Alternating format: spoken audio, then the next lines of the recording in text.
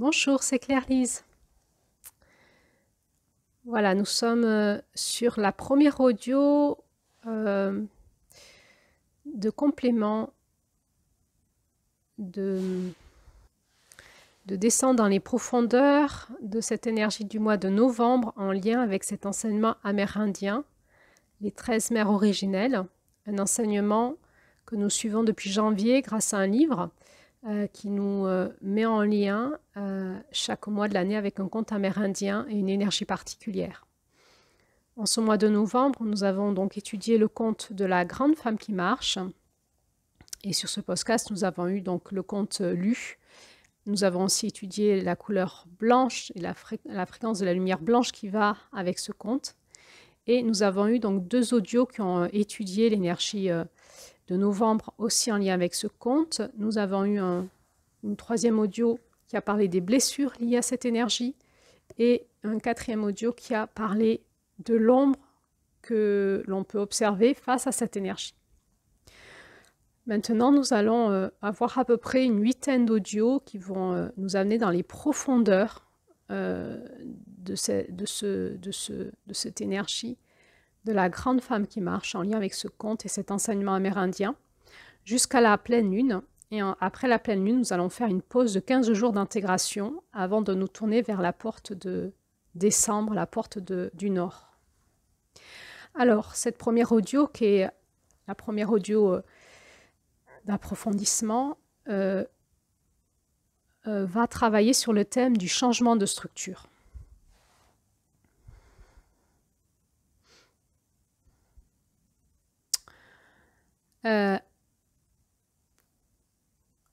Qu'est-ce que c'est que notre structure? Certaines parlent aussi de notre personnalité. Et dans la dynamique de novembre, nous allons travailler à rectifier notre structure. Alors, de quoi on parle là? Je pourrais dire que nous sommes faits de deux façons, une partie, on va dire, dure, une partie molle, une partie structurelle, organisée, fondamentale sur laquelle on peut se baser, et une partie plus émotionnelle, plus fonctionnelle, qui est tout le côté émotionnel, le pensée et d'énergie qui circule, plus éphémère, sur lequel avec lequel nous profitons, nous jouissons de la vie.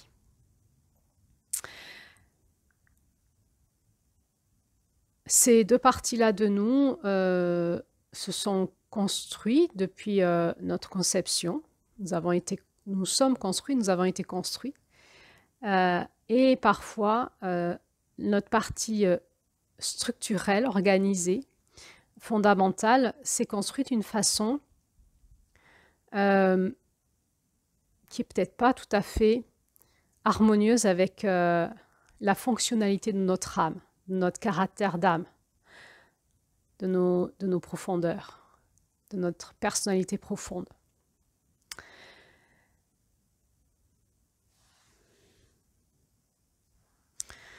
Cela va générer en nous un sentiment de conflit intérieur, peut-être aussi de double personnalité, une partie de nous plus rigide, qui se contracte dans notre corps, dans notre système nerveux, dans nos pensées, dans nos émotions, parce qu'on a aussi des émotions structurelles.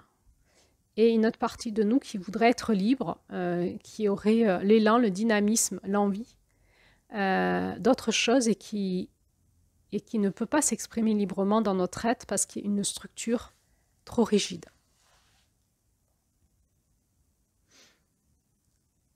Notre structure, elle s'est organisée, elle s'est construite depuis notre conception en lien avec les grandes bases qui soutiennent notre vie. Donc, dans la structure, il y a les bases qui sont liées à notre ADN et à la transmission de nos ancêtres, de nos parents, de nos ancêtres. Et tout ce qui est transmis dans l'ADN, on sait aujourd'hui que ça peut être modifié grâce à l'épigénétique, c'est-à-dire que l'ADN nous est transmis par les gamètes de nos parents d'une façon activée, comme des programmes qui sont actifs au moment où les gamètes en fait se fécondent et créent notre être. mais nous pouvons en permanence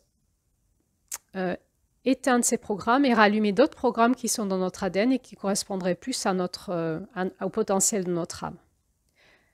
Comment on fait pour allumer et éteindre notre ADN, si je puis dire? L'épigénétique nous en parle, mais en général, il faut qu'il y ait, je pourrais dire, il faut qu'il y ait une émotion assez forte pour que ça aille toucher la structure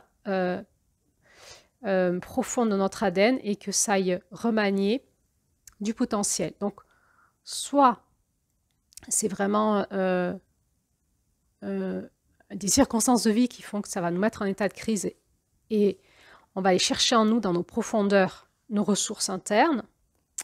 On peut aussi le faire par des rituels et des intentions, mais il faut que la puissance de l'intention soit forte pour impacter l'ADN. On peut le faire avec des outils de soins, on peut réactiver nos potentiels et de différentes façons. On peut le faire par la prière, on peut le faire par différentes façons.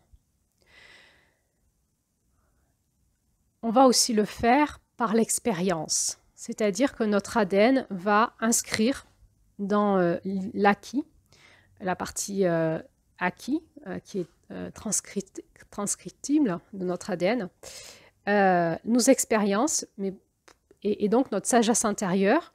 Et si nous vivons des expériences plus fortes que celles de nos ancêtres, eh bien ça va éteindre la sagesse de nos ancêtres et remplacer par la nôtre. Donc c'est pour ça aussi qu'on dit qu'on apprend par l'expérience et que parfois on a besoin de se challenger un petit peu, de dépasser nos peurs, parce qu'en fait souvent on est programmé à l'intérieur de nous d'une façon de fonctionner, et le fait de se challenger, d'aller traverser nos adversités intérieures, nos peurs, nos habitudes, par l'expérience, va permettre de réinformer notre ADN et de nous donner de l'information intérieure qui est plus adaptée à notre envie de vivre. Donc là, on voit qu'on parle déjà de ces nouveaux chemins dont parle cette mère de clan. Elle est la gardienne des nouveaux sentiers, la dépositaire des nouveaux sentiers. Et finalement, dans le chamanisme, par les processus que nous faisons, nous cherchons en nous, dans notre force vitale, des nouveaux chemins possibles, des nouveaux fonctionnements, des nouveaux réflexes. Donc ça va passer par notre ADN, réinformation de notre ADN plus en lien avec ce qui nous caractérise profondément dans notre âme. Bien sûr, notre ADN, en fait, il y a deux parties aujourd'hui qu'on peut dire qu'on connaît. Il y a l'inné et l'acquis. L'inné a tout un tas de programmes aléatoires qu'on peut aller chercher dans nos profondeurs et aller chercher des programmes que l'on a qui seraient plus bénéfiques pour l'expression de nous-mêmes. Et dans l'acquis, eh bien, par l'expérience, nous programmons de nouveaux programmes.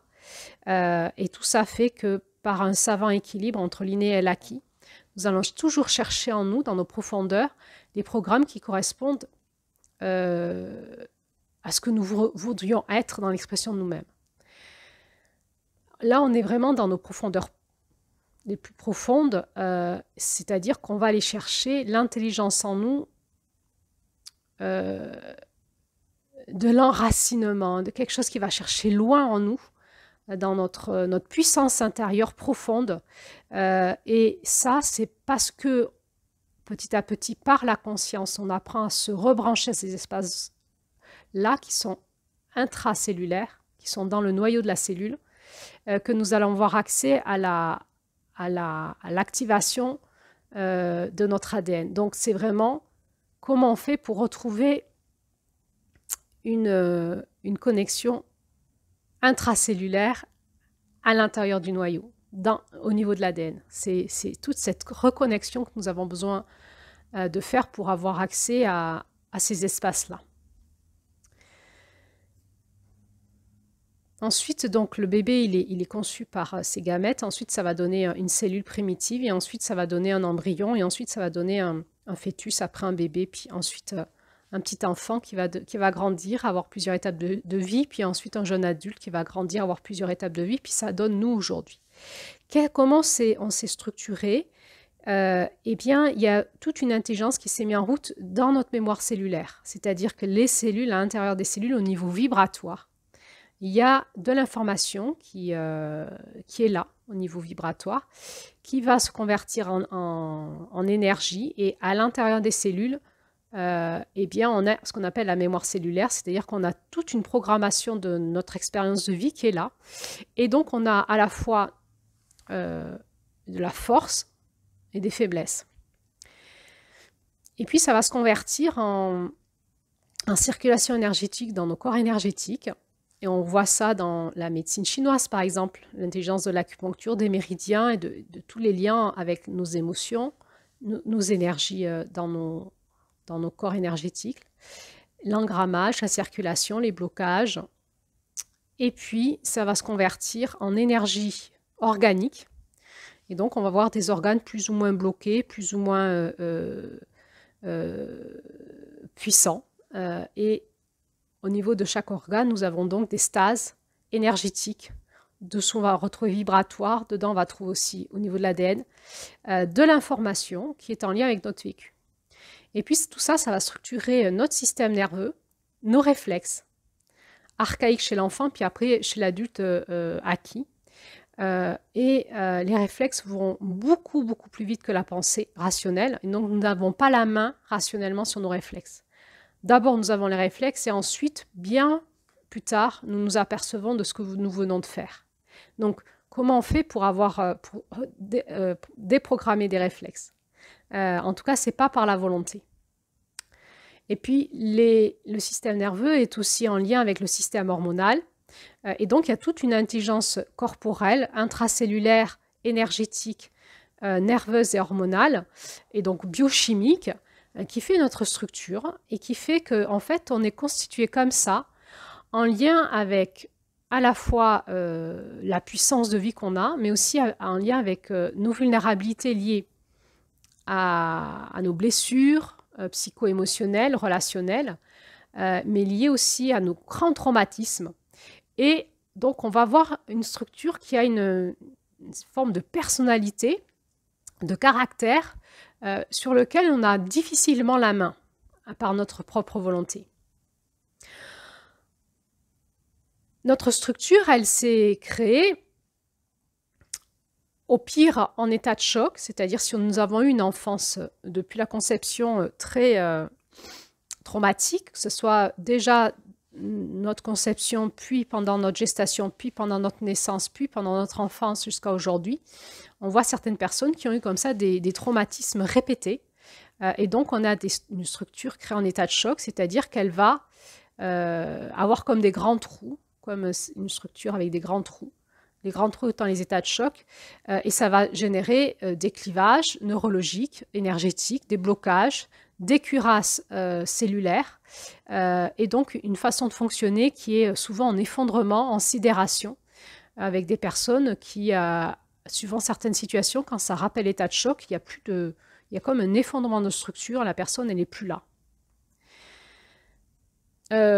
Par exemple, quelqu'un qui aurait vécu des traumatismes sexuels pourrait très bien vivre dans la société, mais dès qu'il y a une notion sexuelle, que ce soit dans une pub ou dans un film ou une blague entre collègues ou avec un homme qui se présente devant elle, la personne part en état de choc.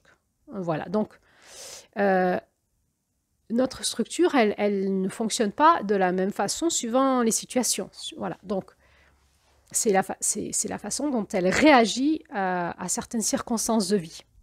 Elle peut s'être construite en état de choc, elle peut s'être construite en rébellion. Donc, c'est des structures qui réagissent vivement, qui se défendent, qui sont assez agressives, qui réagissent fort. Et c'est pas pour ça, finalement, qu'on a notre âme qui est comme ça, en fait. Peut-être qu'on est malheureux de se sentir toujours en réaction, toujours agressive ou agressif, en rébellion, en provocation, en ne supportant pas toute forme d'autorité, en espèce d'insolence permanente. Et ça dépend aussi des situations. Et notre structure peut aussi s'être programmée en soumission. Malgré notre volonté, on dit oui à tout, on se sent hypnotisé, comme aspiré, vampirisé, et on n'arrive pas à dire non, on n'arrive pas à reprendre la main sur sur ce que nous sommes en train de vivre. Et encore une fois, on peut avoir ces trois structures en nous. Suivant les situations, on va activer une structure plutôt hyper réactive, hyper tendue, hyper stressée, hein, on est en stress. On peut avoir dans d'autres situations une structure en état de choc, par exemple avec certaines personnes, et dans d'autres situations une structure en soumission. Et ça dépend de notre histoire de vie et de comment c'est programmé. C'est comme des programmes, une intelligence de programme qui est là pour préserver notre énergie de vie au mieux. Et donc, ça s'est engrammé et tout le problème, c'est que ça nous a protégé un temps, mais qu'à un moment, ça peut nous desservir. Et comment on va faire pour se déprogrammer de ça? Notre structure peut aussi parler de notre façon que l'on est en relation. Donc, on peut avoir une structure plutôt dans la relation type sauveteur, dominateur, dominant-dominé, hein, supérieur. On peut avoir une structure plutôt victime, en soumission, en dominé, ou une structure plutôt persécutrice. Là aussi, suivant les situations, suivant les postures, les circonstances, nous pouvons activer, par exemple, avec certaines personnes, plus une structure de victime, et avec d'autres, une structure de persécuteur, et avec d'autres, une structure de sauveteur.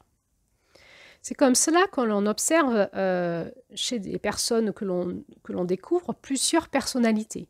On les voit changer de façon d'être dans leur être structurel, hein, de réaction primaire. Suivant les situations, ils ne sont pas les mêmes. On peut avoir des structures en hyper stress, hyper nervosité, ou des structures en hyper relâchement, où c'est un peu mou, ça ne réagit pas.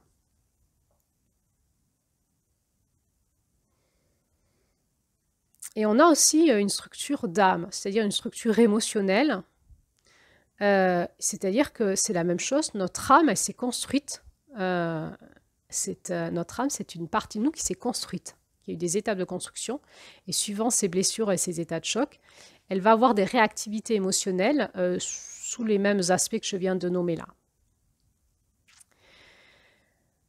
Il y a un moment dans notre chemin personnel où nous allons travailler nos blessures d'âme. Et donc, la structure de notre âme va s'assouplir. Qu'est-ce que nous, on veut? On veut cette espèce de liberté intérieure où quand notre esprit souffle, le souffle qui nous traverse actuellement, on voudrait que notre âme réponde à ce souffle et que notre structure aussi. On aimerait bien avoir une structure adaptée aux émotions et à la joie de notre âme et une âme adaptée à la puissance de notre esprit. Et on peut, comme ça, dans notre initiation personnelle, avoir tout un chemin où on va libérer notre esprit, nos croyances, notre connexion au grand mystère, à la terre, notre spiritualité, on va la nourrir. On peut faire des exercices de clarification, de nettoyage, de reconnexion, de méditation, de prière, de tout ce qu'on veut au niveau de l'esprit. Et puis, on va comme ça aussi travailler notre âme, et on l'a beaucoup fait, en tout cas, c'est la proposition des mois d'avant encore. Et donc, on va peut-être à un moment retrouver une âme un peu plus restaurée, libre d'être, et qui a l'envie de pouvoir maintenant jouir de son existence librement sur Terre, dans ses potentiels. Et on va en arriver à la dynamique de la grande femme qui marche, où on va se heurter à notre structure, c'est-à-dire nos réflexes qui sont profonds et dont on n'a pas la main dessus. Donc on va prendre conscience à un moment qu'on est comme dédoublé. Il y a comme cet aspect, surtout si on se reconnecte de plus en plus à notre être profond, à notre oranda, cet aspect lumineux. On va se reconnecter à l'amour en nous, à la joie en nous. Et puis, ça ne passe pas dans la matière, la structure bloque. Alors, ça peut faire quoi? Ça peut faire du stress, des angoisses, des douleurs physiques, organiques. Et on peut vraiment notre structure, elle peut vraiment se contracter, se mettre soit en état de choc, soit se contracter, bloquer, ou soit carrément s'activer en rébellion, soumission, stress, effondrement, choc, sidération, sauveteur, victime, persécuteur, dominant, dominé, etc. La grande femme qui marche, la couleur blanche, elle vient vraiment nous aider en fait à prendre conscience de comment on fonctionne et à le rectifier. Donc, tout ce qui est structurel, c'est par la rééducation il faut réinformer.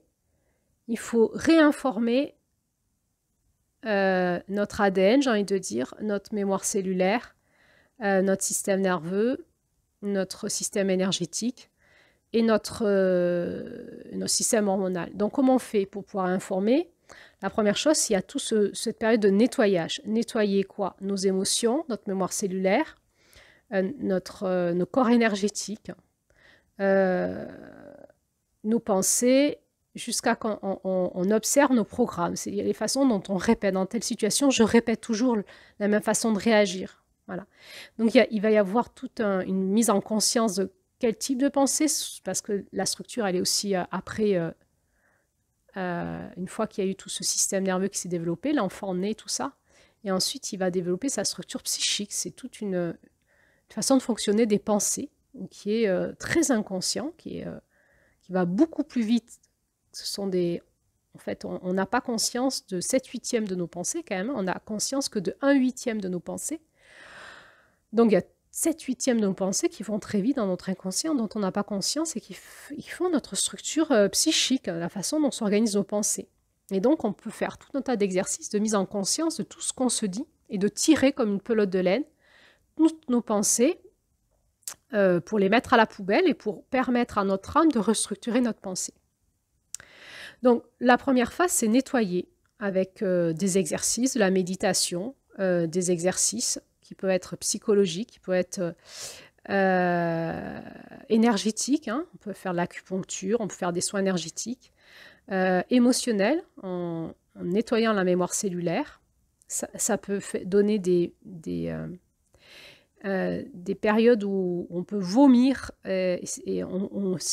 moi j'appelle ça les gastro-émotionnels, on vomit nos émotions, on va chercher au fin fond de nos cellules et on tire dans la mémoire cellulaire et notre corps va le dégager par des vomissements. Donc ça peut faire des migraines vomissements. Donc il faut dégager tout cet engrammage d'informations qui nous contracte. Déjà ça va mieux derrière. Et ensuite, il va falloir réinformer. Comment on fait pour informer? Bien, le plus souvent, c'est par l'expérience de la vie. Et donc, soit on va les provoquer en se mettant des petits challenges, des petits défis. Et donc, ça va être compliqué au démarrage de les remporter parce que ça va stresser notre structure. Et par l'expérience, on va réinformer notre structure que la vie est aussi dans le changement et que le changement est OK et notre structure va l'intégrer, va nous permettre de changer. Soit la vie va nous challenger par des situations critiques dans lesquelles il faut qu'on passe, sinon on est coincé. Soit on va le faire avec des techniques qui nous sont propres, thérapeutiques, mais aussi une reprogrammation en faisant du yoga, du qigong, etc., en reprogrammant notre corps par des mouvements et donc par des pratiques et une discipline personnelle, chacun la sienne.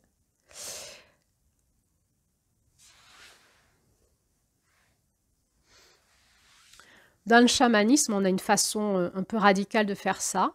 Si vous avez fait un peu de chamanisme, vous allez comprendre ce que je vous dis. On va mettre les personnes dans des situations extrêmes. Mais vraiment, on les pousse à l'extrême, en dehors de leurs limites. Et on va leur faire dépasser les angoisses de mort. Et ils vont vivre de l'expérience. Et quand le corps va s'apercevoir qu'il ne meurt pas, il réinforme en libération. Et donc, c'est un peu violent, certaines pratiques chamaniques, mais ça fonctionne bien et ça libère les structures profondes. Par exemple, je ne vais pas vous dire tous les rituels qu'on peut faire, on appelle ça les rites de passage, c'est souvent un peu secret, il ne faut pas le dire parce que si vous le savez à l'avance, du coup, ça ne marche plus. Mais par exemple, les les huttes de sudation qui sont faites au démarrage par l'eau, par la transpiration. Ça remplace le travail des larmes. Et dans ce conte, on nous dit que c'est aussi les larmes qui libèrent nos émotions profondes, hein, qui vont décongeler notre cœur, au niveau aussi de nos cellules, de nos émotions. Eh bien, on peut faire aussi ces nettoyages-là par des huttes de sudation, en se faisant beaucoup transpirer, en se mettant dans des situations extrêmes pour le corps, en montant très fort la température. Donc, on monte la température, et je vous avais expliqué, je crois, le mois dernier sur l'audio, il me semble que c'était sur la géométrie, que en fait, ce qui captait dans notre corps les codes, hein, que l'on reçoit les codes, l'information que l'on reçoit, ça va s'engrammer dans notre eau cellulaire, c'est l'eau qui capte. Et il y a deux façons de purifier l'eau, hein, c'est par le sel et par la température en montant au-dessus de 70 degrés. Et donc, il y a des techniques de purification pour purifier cette eau intracellulaire. En drainant l'eau, on purifie aussi l'intracellulaire. Donc, entre autres, il y a des naturopathes qui conseillent de faire des cures d'eau de mer diluée pour faire comme du quinton, je crois qu'on appelle ça. Mais on peut faire aussi des saunas, des hammams, du sport, transpirer, bon. Et boire, la détox, etc. Et donc, entre autres, donc je reviens à la hutte de sudation. La hutte de sudation, c'est fait pour nous faire monter la température du corps très haut, avec beaucoup d'eau. On va beaucoup transpirer. Et à un moment, on va aller activer des mémoires cellulaires en nous et on va avoir l'impression qu'on va crever. Alors, ça dépend ce qui se travaille en nous, en fait, hein.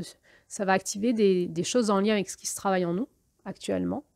Et on va traverser des émotions épouvantables à ce moment-là, parce que c'est le dégagement émotionnel. Donc, soit on sort de la hutte de sudation parce qu'on a l'impression qu'on va crever, et donc on ne dégage pas. Soit parfois, si vous avez affaire à un chaman très compétent et qui voit ce qui se passe, il vous bloque, il vous propose de rester. Et vous allez traverser l'adversité, même des fois vomir, et puis à un moment, le corps lâche. Et c'est fini, c'est réinformé. Le corps s'aperçoit qu'il ne meurt pas, il réinforme. Il lâche dans le cerveau reptilien, le système nerveux qui est lié à l'information de la survie, il lâche l'information de mort. On a d'autres façons de faire en fatiguant, en faisant des rituels qui fatiguent les personnes qui viennent faire les stages chez nous. Par la fatigue, à un moment, ça va générer, en poussant à l'extrême, ça va générer un lâcher-prise de la structure pour une réinformation. Alors c'est vrai que quand on fait des pratiques chamaniques et qu'on n'est pas habitué dans notre société à nous mettre hors limite, en plus dans un monde un peu New Age qui prêche la bienveillance, la tolérance, etc., ça peut être vécu comme étant un peu violent. Alors, est-ce qu'il faut le dire à l'avance ou pas? Ben, ça dépend. Si on le dit trop à l'avance, il y a une contrôle du mental sur le système nerveux reptilien et ça ne fonctionne pas. Donc parfois, on fait le choix de ne pas le dire, de prendre par surprise et d'aller confronter les personnes à leurs limites. Donc on va les confronter, le corps, entre autres, hein, dans des mémoires de mort dues à l'accouchement, par exemple à la naissance, ou intramatricielle, ou liées à quand il y a une information en rébellion, on va les soumettre les personnes pour leur faire lâcher la rébellion. Et le but, c'est d'aller finalement leur faire chercher leur rage de vivre à l'intérieur d'eux d'une autre façon que celle qui est réflexe. Parce qu'on a une façon toujours de réagir pour aller chercher notre énergie de vie. À un moment, c'est dysfonctionnel. Donc, par des pratiques comme ça, on va confronter les personnes, aller chercher leur énergie de vie d'une autre façon. Et ça va créer un nouveau chemin énergétique, neurologique dans l'ADN, et une nouvelle façon de fonctionner. Alors ça, c'est les pratiques chamaniques. Il y a des pratiques thérapeutiques, où on va par exemple revivre notre naissance par des pratiques thérapeutiques jusqu'à que ça se réinforme. Moi, je l'ai vécu 6 fois. Ma conception jusqu'à ma naissance, je l'ai vécu 6 fois par des pratiques thérapeutiques pour réinformer.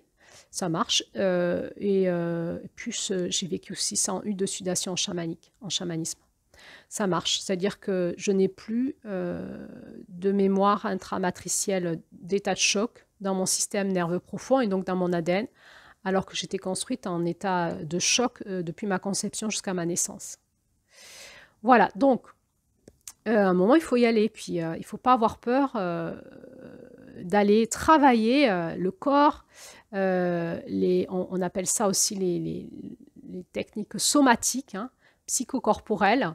Et parfois, il y a des pratiques cathartiques, hein, où on va vraiment aller provoquer des émotions, des situations pour aider le corps à aller se réinformer. Donc, c'est vrai que c'est des pratiques qui peuvent être vécues comme un peu violentes, mais si on est avec des bons accompagnants, des bons thérapeutes, eh bien, ça fonctionne. Alors, donc là, on voit qu'avec la grande femme qui marche, on travaille vraiment sur cette structure, sur ce corps, et on a besoin de trouver de nouvelles façons de faire. Donc, encore une fois, ça peut être des pratiques thérapeutiques, des rituels de passage, challengeants,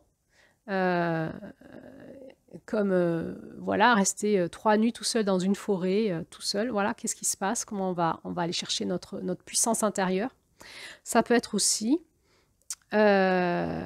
si on est en hyper stress, en hyperactivité, apprendre le lâcher prise, et on voit que la lionne blanche, là, elle oblige quelque part cette mère à dormir et à rien faire et à lâcher prise, hein, par une confrontation à nos pensées, à nos croyances, et par le rien faire, c'est-à-dire juste par la prise de conscience et le lâcher.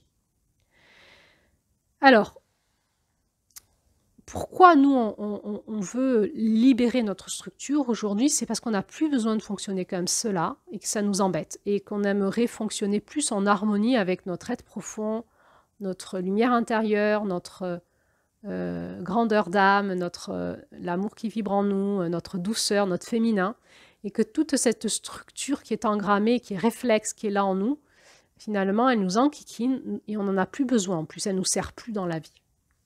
Alors, je vais vous confier une petite technique pour la repérer, visuelle.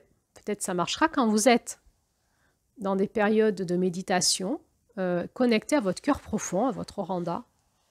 Eh bien, vous pouvez juste demander à ce que votre oranda, votre être profond, votre être spirituel, vous montre en fait votre structure, comment elle fonctionne. Donc, par exemple, si vous travaillez sur une situation particulière qui vous met en difficulté, vous pouvez donc rentrer en méditation et demander que votre être spirituel, votre oranda, ou cette fréquence de la lumière blanche, hein, cette grande femme qui marche qui est à l'intérieur de vous, vous montre en fait comment fonctionne votre structure.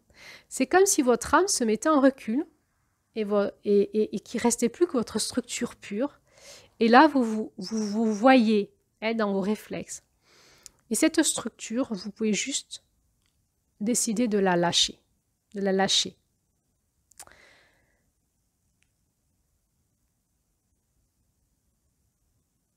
Et comment on fait pour la lâcher? Par l'intention, en la visualisant et en priant. Et en la remettant à qui? À votre lumière noire, à votre oranda. C'est-à-dire à ce siphon qui siphonne, qui aspire, qui ramène à la source. La lumière noire, c'est une aspiration qui vous ramène au point primitif qui est la source, hein, qui est l'éternelle flamme d'amour en vous.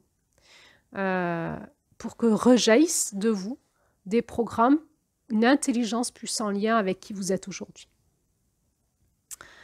Nous avions vu le mois dernier que nous sommes dans des périodes où nous recevons des nouveaux codes de lumière de la terre et du ciel, et qu'il y a comme une reprogrammation chez l'être humain de son intelligence intérieure.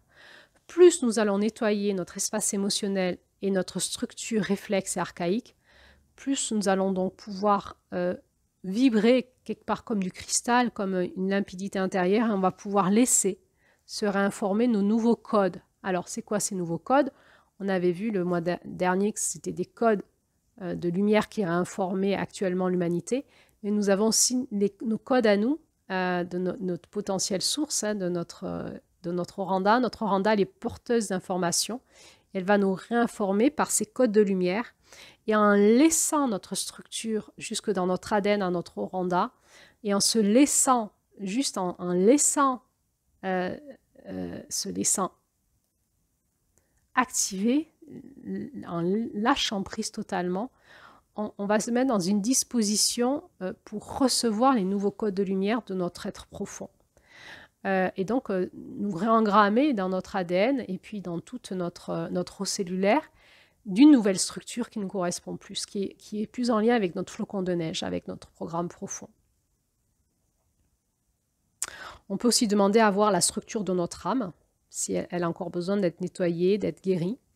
Et donc, on peut inventer tout un tas de pratiques méditatives, d'exercices. Ça, c'est selon votre créativité. Et vous pouvez demander à votre Randa comment faire, en fait, pour vous.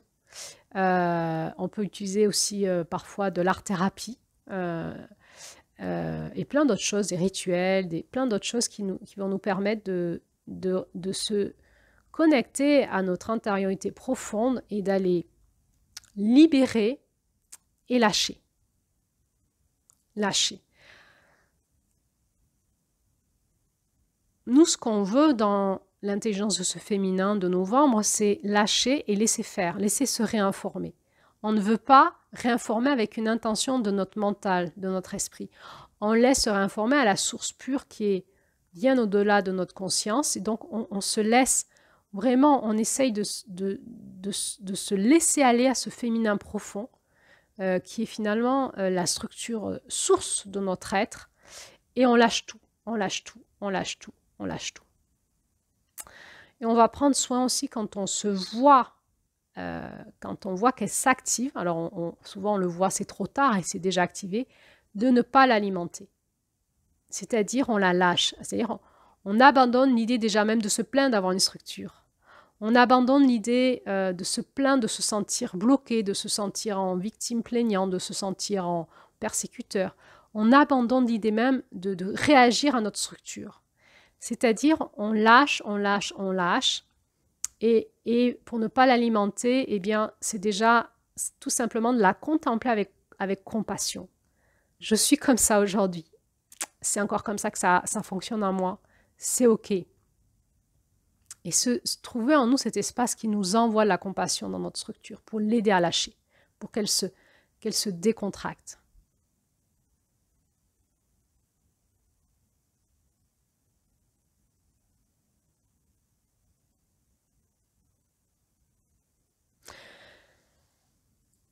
Alors, c'est cet espace, hein, c'est ce compte à la fois, on est repositionné, rectifié, ça nous demande de monter en conscience, de regarder comment on fonctionne. Cette grande femme qui marche, c'est la partie de nous qui nous montre en nous-mêmes. C'est notre masculin qui nous montre en nous-mêmes, qui nous fait prendre conscience à la fois de notre structure, aussi de notre ombre, et qui va nous demander de tout lâcher, tout simplement. Et c'est la fin de ce conte. Et de laisser faire. Peut-être de lâcher par des larmes, peut-être de lâcher par des paroles. Alors moi, c'est toujours un rituel simple tous les matins. Je me connecte à mon cœur profond, je me mets en prière et je tire tout ce qui arrive. Mes émotions, je me connecte à mes pensées, à mes émotions et je vais parler à haute voix comme si je tirais une pelote de laine et je lâche. Je lâche à qui? À mon Oranda et je lâche aussi à mon équipe de lumière qui est autour de moi parce qu'on n'est pas seul, il y a notre Oranda à l'intérieur de nous et on a tout un tas d'équipes de lumière autour de nous. Et ça dépend à qui vous connectez quand vous priez, qui c'est que vous convoquez dans votre prière. Et je leur lâche, mes émotions, mes pensées. Alors, et puis souvent quand je reste à l'écoute, ils me font travailler, ça me fait travailler mes pensées. Il y a cette lumière blanche qui me montre. Hein, regarde, par exemple, si je sens une contracture dans l'estomac, des fois on me montre, regarde, qu'est-ce que tu ressens comme émotion, quelles sont ces pensées qui sont là. Et je les dis à haute voix et je les lâche, et je les lâche, et je les lâche, et je les lâche. Et je demande à être nettoyé tout ça, je demande à lâcher, je demande à le renouvellement, la purification, le renouvellement de mon esprit, hein, pour qu'il se libère. On a vu dans ce conte qu'il y avait cette notion de Quetzal, hein, de notre esprit qui a besoin d'être libre, d'être libéré de notre prison intérieure. Et puis parfois, je sens que c'est dans mon âme, je demande la libération de mon âme, et des fois, je sens que c'est dans mon corps, je demande la libération de mon corps. Et je lâche, et je lâche, et je lâche.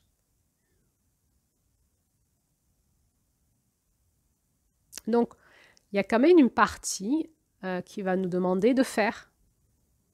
la première partie du conte. La deuxième partie, c'est le lâcher-prise. Donc attention à pas trop faire non plus. Donc on peut avoir des techniques. Moi j'ai d'autres techniques. J'ai des techniques vibratoires où je peux aller travailler les différentes structures et réinformer au niveau vibratoire.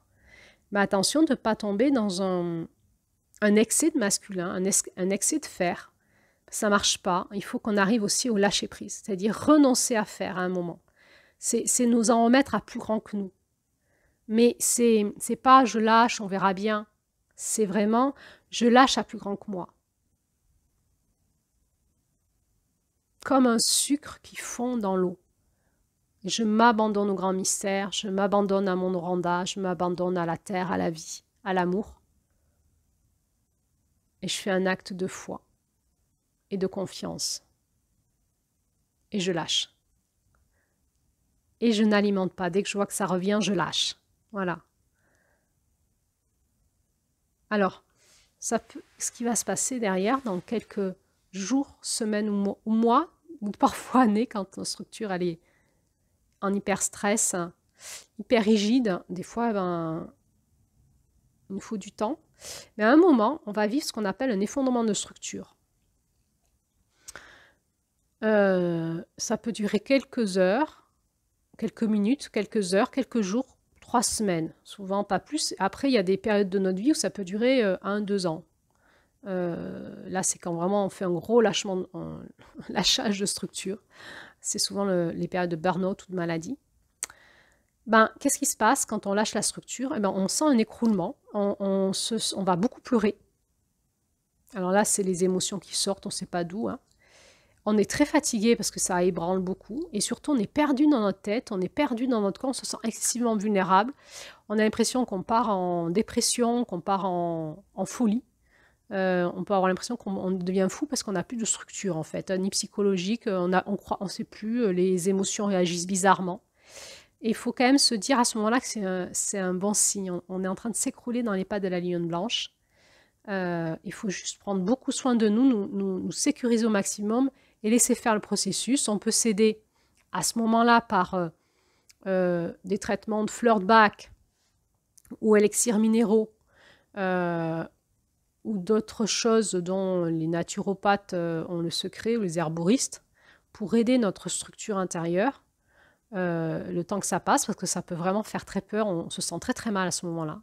On peut se mettre en arrêt maladie le temps de 3 semaines, le temps que ça aille mieux, que ça passe. Mais c'est pas pour ça qu'on est en train de devenir fou ou de partir en dépression. Ça fatigue beaucoup.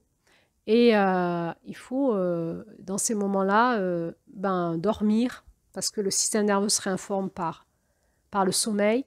Si on peut sortir, marcher un petit peu, faire circuler l'énergie, faire un peu de sport, ou de yoga, de tai chi, faire du sport, faire circuler l'énergie dans le corps, que ça se remette, réamorcer la dynamo, hein, la dynamique intérieure, des automassages, beaucoup boire, peut-être un peu boire aussi de l'eau de mer, diluée, un quart d'eau de mer, 3/4 d'eau de source. De l'eau de mer qu'on achète sur Internet, c'est de l'eau de mer pure, hein, pas polluée. Hein. C'est pas de l'eau de mer que vous allez chercher vous-même. Ou du quinton, ou tout ce qu'on trouve en naturopathie qui aide à la détox, mais surtout, quand ça lâche, en fait, il faut beaucoup dormir. On est des périodes où on ferait 2 heures, 3 heures de sieste la journée. Il faudrait beaucoup dormir la nuit. Il faut lâcher les émotions et s'accompagner au mieux là-dedans et faire confiance au processus. Voilà, c'est des moments peut-être où on a besoin de calme et de prier aussi, parce qu'on est quand même assez angoissé. Et du coup, ce qu'il faut, c'est laisser purger, laisser s'écrouler et essayer de se reconnecter le plus à notre fréquence source, à notre âme, à ce qui nous met en joie et laisser la réinformation se faire. Voilà. Voilà ce que je voulais vous dire sur le changement de structure. Et donc, ça va générer un changement de personnalité. C'est-à-dire finalement, après ça, notre structure énergétique, émotionnelle et archaïque dans le système nerveux va se transformer, va s'assouplir. va être plus sympathique, notre âme va être plus libre de s'exprimer et tout d'un coup, on va vraiment changer de caractère, un petit peu, beaucoup. Et c'est ce qu'on appelle aussi faire des changements d'identité. Il y a un avant, un après. Et c'est une période propice, hein, qui va souvent générer chez nous un changement de roue. C'est pour ça qu'on le met à la fin de la roue, en novembre. Il y aura un décembre, et puis après, pouf, on change de roue, on est en janvier, et ça fait une 13e ère, hein, c'est-à-dire une renaissance totalement dans notre être. On va comme faire un changement d'identité, et qui va générer chez nous l'envie de peut-être changer de métier, de peut-être déménager, de changer de façon de s'habiller, de se coiffer, de s'alimenter. Enfin, ça, voilà, il y a quelque chose qui n'est plus, nos anciennes habitudes ne sont plus en accord avec nos nouvelles fréquences. Et là, eh ben, ça va générer du changement. Donc, on est encore une fois, si je vous remets l'idée de la sématique, hein, on avait vu ces mandalas qui changent de forme par les augmentations de fréquence des sons. Eh bien, quand on change de fréquence, il y a un moment de chaos. Eh bien, c'est ça. Hein, on doit changer de structure. Un peu tout se met dans le bazar pour qu'on redevienne dans une nouvelle fréquence, un nouveau mandala. Et donc, ça va faire un changement d'identité. Donc, quand on passe par ces périodes où il faut lâcher prise, il faut aller dans le chaos intérieur pour ressurgir dans une nouvelle identité, eh bien, il vaut mieux, au lieu de résister, il faut mieux s'accompagner là-dedans. Ça fait très peur. Des fois, ça se fait tout seul parce qu'on n'a pas le choix. Des fois, on cède. Des fois, on le demande parce qu'on sent qu'on tient, que ça nous fatigue. On n'a plus envie d'être comme ça. Et surtout, c'est ce qui nous tire en avant, c'est l'envie de changer de roue, hein, de changer de mandala, de changer de fréquence, de changer d'histoire, de changer de façon de fonctionner, de changer d'identité. Et comme ça, dans nos vies, il y aura des périodes où on va faire comme ça, ces sauts quantiques, ces changements de roue. Et avant, ben, il y aura eu ces moments de résistance. Et donc, on est vraiment dans la grande femme qui marche, qui nous dit « rectifie ta structure ». Et puis lâche prise pour laisser ce nouveau moi surgir vraiment dans la réalité de ton corps, de ton être, de ta terre intérieure, et que tu deviennes une autre personne. Voilà, eh bien j'espère que cet audio vous aura parlé. Si c'est le cas, mettez-le moi en commentaire, mettez les pouces, n'hésitez pas à partager, et je vous dis donc à bientôt pour la prochaine audio. Prochaine audio, on va parler de gérer nos blessures. Comment on fait pour gérer nos blessures, en lien avec évidemment cette réinformation de novembre, qui est le repositionnement, on se fait rectifier, on se fait réaligner. Eh bien, comment on se fait réaligner aussi dans la gestion de nos blessures? On en parle prochainement. À bientôt!